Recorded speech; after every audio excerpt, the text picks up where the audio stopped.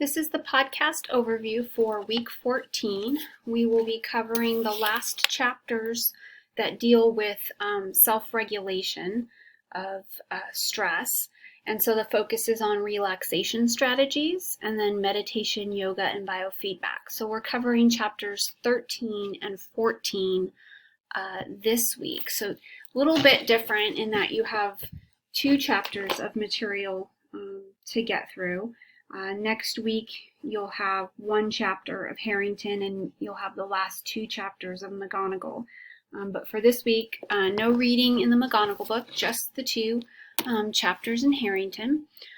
So this is your overview for the week.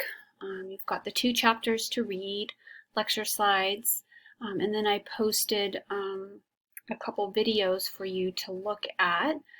And then contributing to the discussion board, as well as a link I have here. It might be something you want to bookmark for the future. It's just a great site. It has a lot of different coping resources. It's got guided relaxation scripts that you can listen to or watch that walk you through various relaxation exercises. Helping you to meditate and do some of that guided imagery. So you might want to visit that site throughout next semester whenever you're feeling stressed. It's a great place to go. And when on the site, you can go to Relax Downloads or Relaxation Scripts. Those are two places I go to a lot and I grab stuff from there. So for the objectives for each chapter, you can click here and I'll give you the rundown of what's covered in each chapter. You have your lecture slides for both here. And then I have a video that I included here on pain management and how meditation can actually be a treatment for pain management. Instead of taking pain meds, some people have turned to the age-old practice of meditation. So you're going to be introduced to Dr. John Kabat-Zinn, who is a huge name in this area. He practices medicine and runs a pain management clinic right outside of Boston. And he uses the Buddhist principles of meditation to help bring his patients pain relief and well-being, overall well-being. And these are chronic pain sufferers. So these are people who have tried many different methods to reduce their pain, some to no avail. And so they've turned to none other than meditation to try to cope and manage with the pain. So I've attached some questions that help you follow along with the video. You don't have to turn this in. They're just for you to use in helping get through the video. And then I included a couple different exercises this week to get you practicing some of these techniques. It's one thing to read about doing meditation. It's another thing to actually try it out and to try out a variety of different types, because there's longer meditations, shorter meditations. There's ones that have you focus on seeing something in your mind. These are called guided imagery meditation exercises, where they walk you through maybe a beach scene or a forest scene, getting your mind to just clear and focus on the words and your breathing. And this can be really good in reducing panic, anxiety, and worry. And so the one that I included here, it's a guided meditation, and it also has autogenic elements, so it guides you through thinking about your hands and feet and parts of your body getting warm.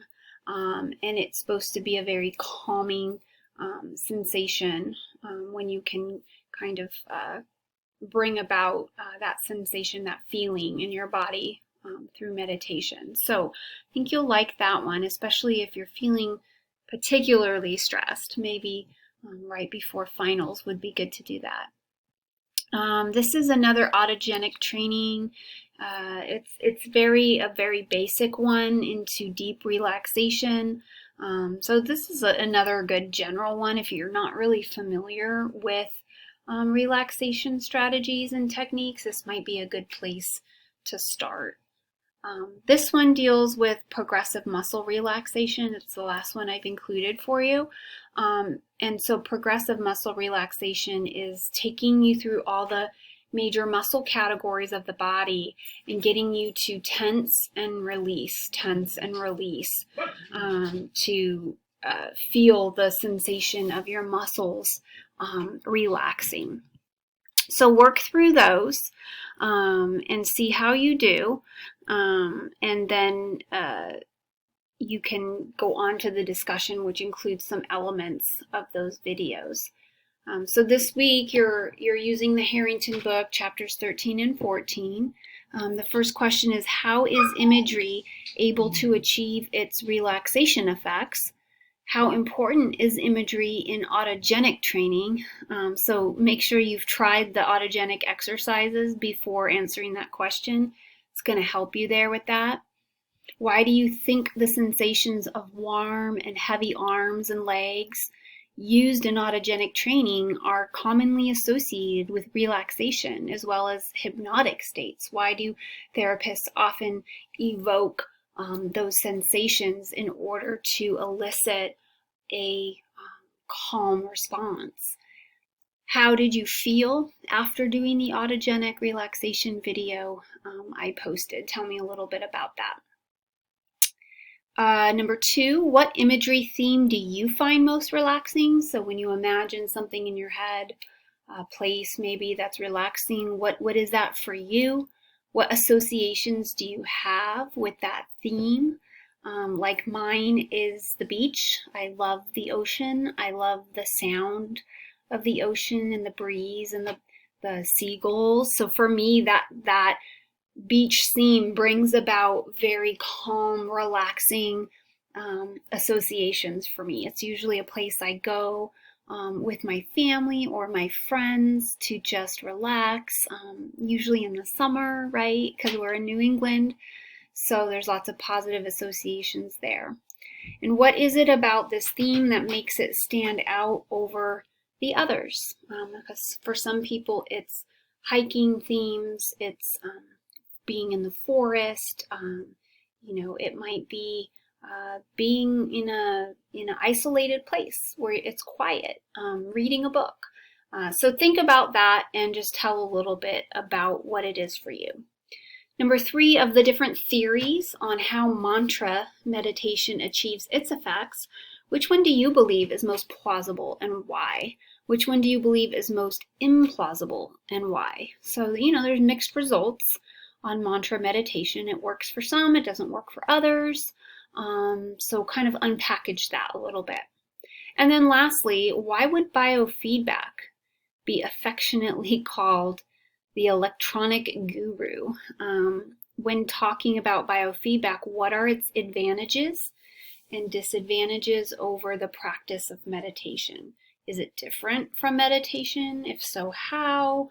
What elements make it unique and make it successful or not for some patients?